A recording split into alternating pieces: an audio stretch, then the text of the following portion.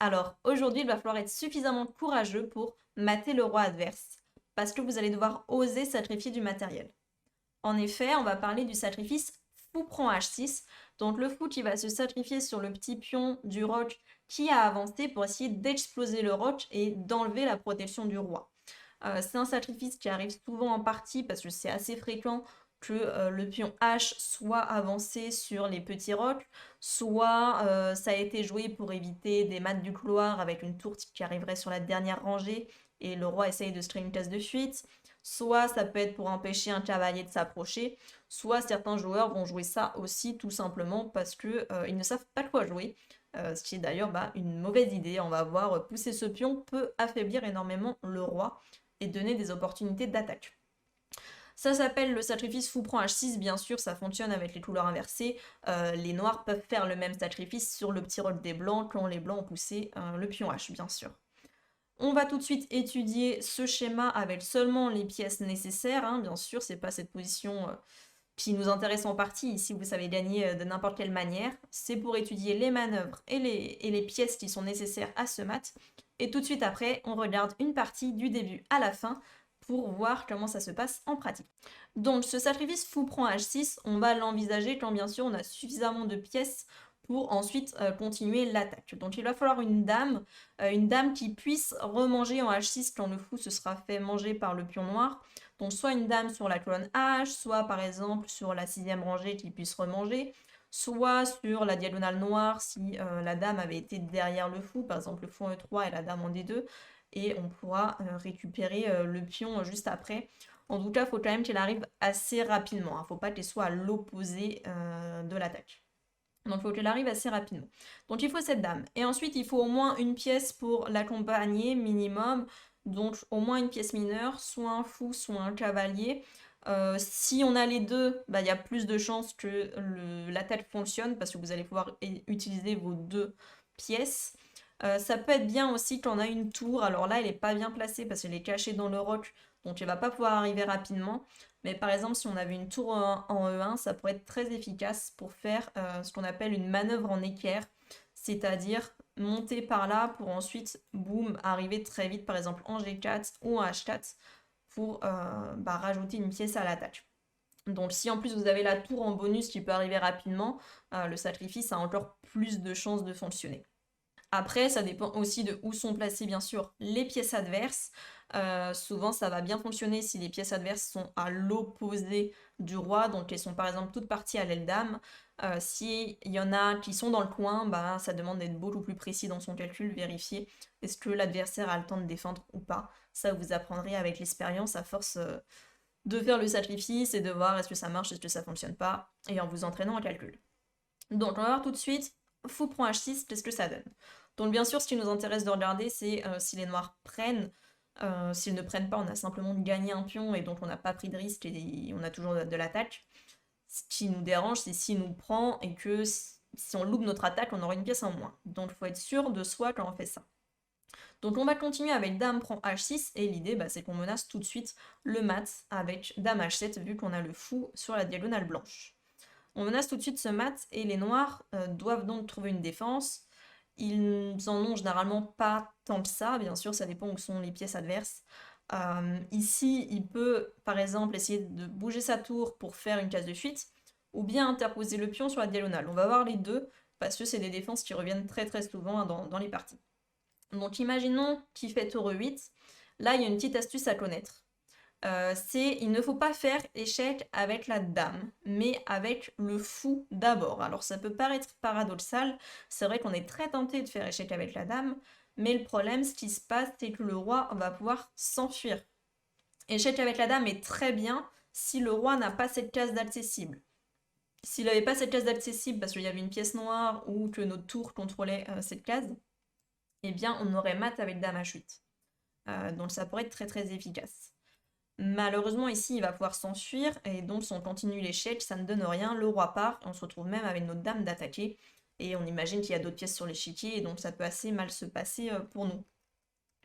Donc ce qu'il faut faire, c'est ici, en fait, on remarque que notre dame est idéalement placée, et elle empêche le roi de s'enfuir, et elle garde le roi dans une petite prison. Donc il faut d'abord faire échec avec le fou, pour le pousser dans le coin, Hop. Et maintenant, pour ceux qui ont étudié un peu les combinaisons tactiques, vous voyez que vous pouvez bouger votre fou et faire un échec à la découverte. Hein. Si on bouge le fou, on fait échec. Donc les noirs n'ont pas le temps de manger notre fou si on le met en prise. Et justement là, la case est assez importante, on pourrait le bouger n'importe où. Si par exemple on pouvait attaquer une dame, la dame noire, on pourrait récupérer plus de matériel, on a sacrifié un fou, on gagnerait une dame, ce serait très bien. Mais là, il y a encore mieux, on va pouvoir mater tout simplement en faisant fou G6 pour attaquer ce pion F7. On va voir, c'est important de l'attaquer. Le roi part, et maintenant on fait dame H7 échec. Le roi bouge, et avant qu'il s'en aille et qu'il s'enfuit, eh bien on a tout juste le temps de faire dame prend F7, échec et mat. Bien sûr, ce qui est important, c'est que le pion F7 ne soit pas protégé par les noirs. Donc c'est à vérifier avant de faire votre sacrifice fou prend H6, est-ce que le pion F7 est protégé ou pas. Ça c'est important.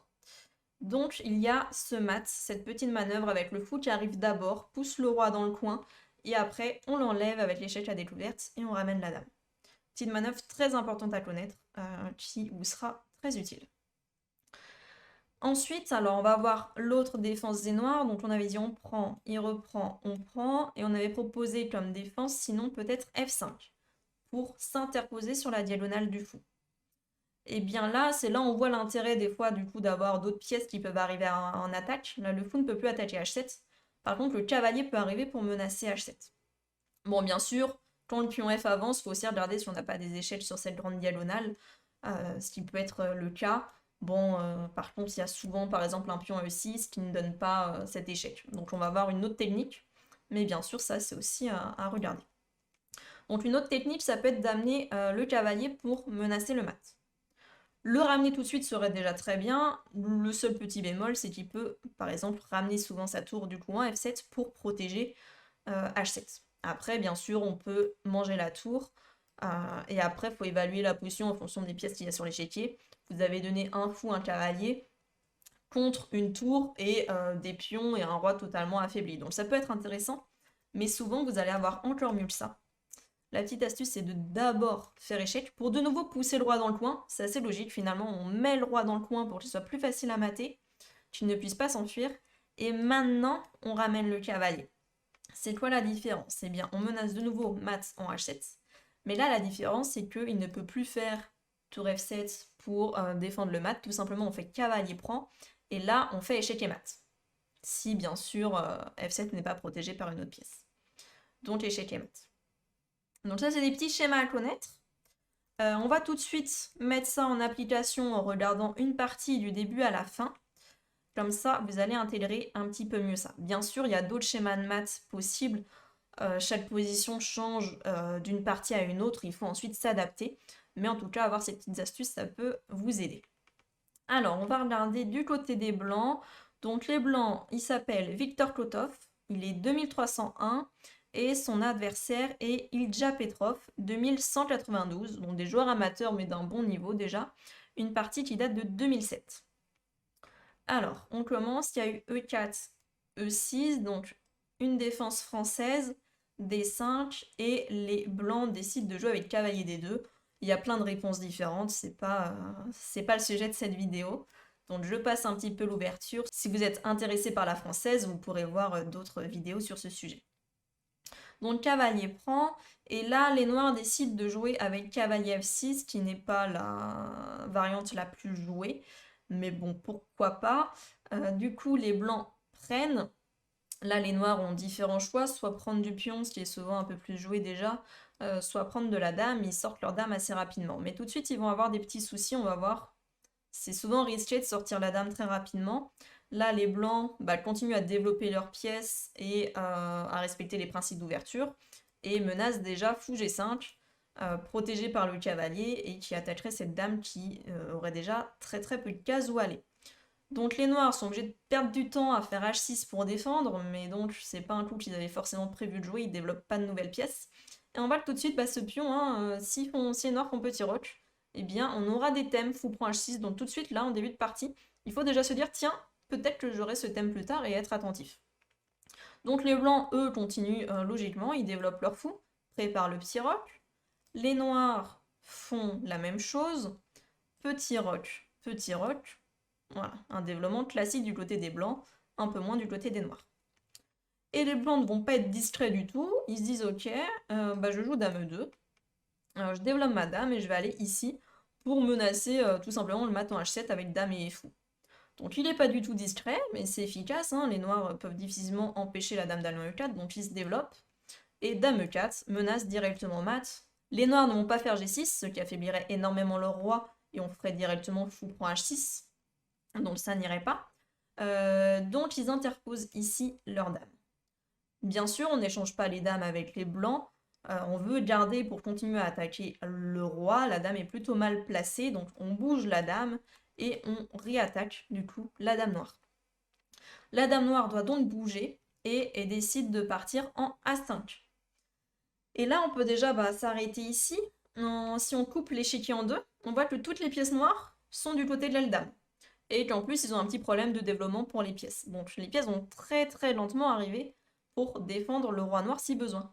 Et on voit qu'on a les pièces idéales, on a le fou H6 pour se sacrifier, on a la dame qui est dans le coin pour tout de suite récupérer en H6, on a le fou qui va menacer H7, et le cavalier qui peut aussi arriver. On n'a pas la tour en bonus qui pourrait essayer de faire la manœuvre en équerre, que j'ai évoqué tout à l'heure, mais on a déjà énormément de pièces et personne pour les noirs pour défendre.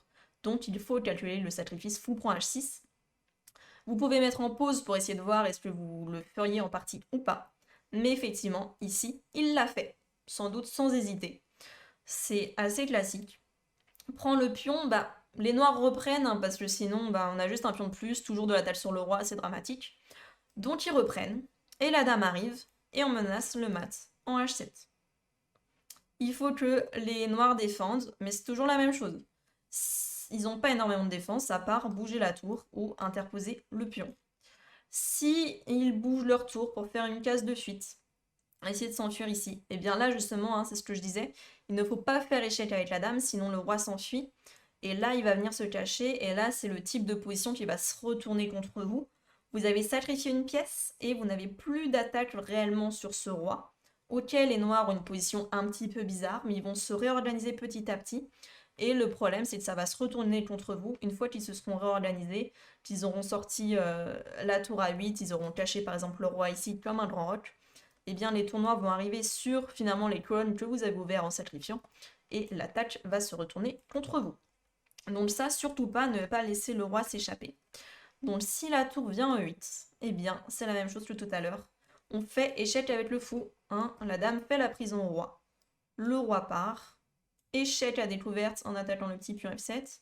Le roi vient là, dame échec, roi là, et le mat. Bien sûr, fallait bien vérifier avant d'avoir sacrifié que le pion F7 n'était protégé par personne chez les noirs. Donc là, on n'a pas de problème, on mate tranquillement.